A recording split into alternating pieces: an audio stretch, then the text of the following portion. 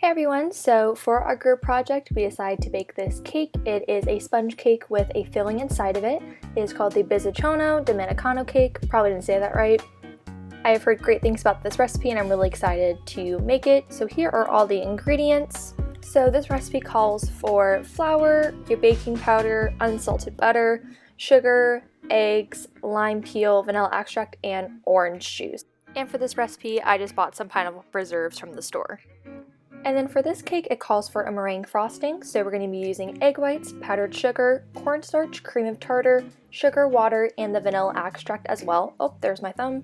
So the first thing you're going to do is you're going to spray down your pans, make sure they're all nice and greased. Preheat your oven to 350. And then I'm going to start getting all of my dry ingredients sifted. This helps to make sure the cake is fluffy, and also it's like really fun to do. Oh, and there's me showing you. So the next thing to do is to beat the sugar and butter together. So I'm just adding those to my mixer. So we want our butter and sugar mixture to be a light pale yellow. So I'm just scraping up the sides to make sure that it's all evenly mixed. There's me staring at it because that's super fun. And this is what it should look like once you're done beating it. The next step we're going to do is we're going to start cracking our eggs. This one calls for 3. I'm just going to get that going. We got uno, dos, and tres. Look at me learn Spanish. Now to make sure that all of that's incorporated together, making sure that it's all mixed. Next we're going to zest that lime. Oh, look how pretty it is. And we're also going to be getting our vanilla, and that one is actually from the Dominican. Look at me go, being super extra. So next we're going to be adding in our orange juice in 4 different parts, as well as our dry ingredients that we left on the side. So this part really freaked me out. The orange juice kept making the batter super liquidy, and I didn't know that was part of the recipe, but you know, you live and you learn. So again, just making sure it's incorporated. Here's what it looks like. Super yummy looking, I know. So next I'm just adding flour to my pans to make sure my cakes don't stick. And I'm scooping the batter in there, making sure it's pretty even when I distribute it. And now here is some loud cake ASMR.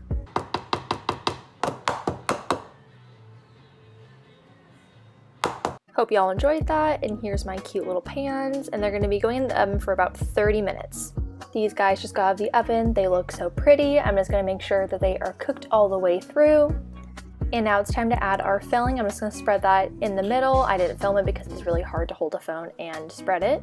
And here's for the really sad part. I tried to make the frosting meringue with caramel 3 times, failed every single time. So here is me having a mental breakdown, thinking I was going to fail, but you know, lo and behold, Ralph's. Got the flavor white. I don't know what that's what it tastes like, but I thought that'd be a better option than chocolate frosting on this because, you know, COVID-19. Apparently nobody has frosting anywhere. So I'm just going to spread this on the cake really nice and smooth.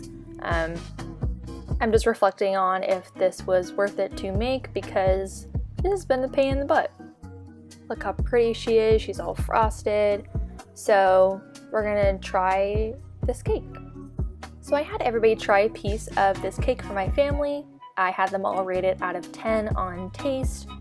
The lowest rating was 5 out of 10 and the highest was 8 out of 10. If I could describe this unique flavor, it's almost like a fruity coffee cake, if that makes sense. There's that side angle, wow. But seriously, like, do not recommend making. It stressed me way too much out. I would much rather just go buy this at the store and not even make it. In the end, like, it was really good. But yeah, thanks for watching. Bye!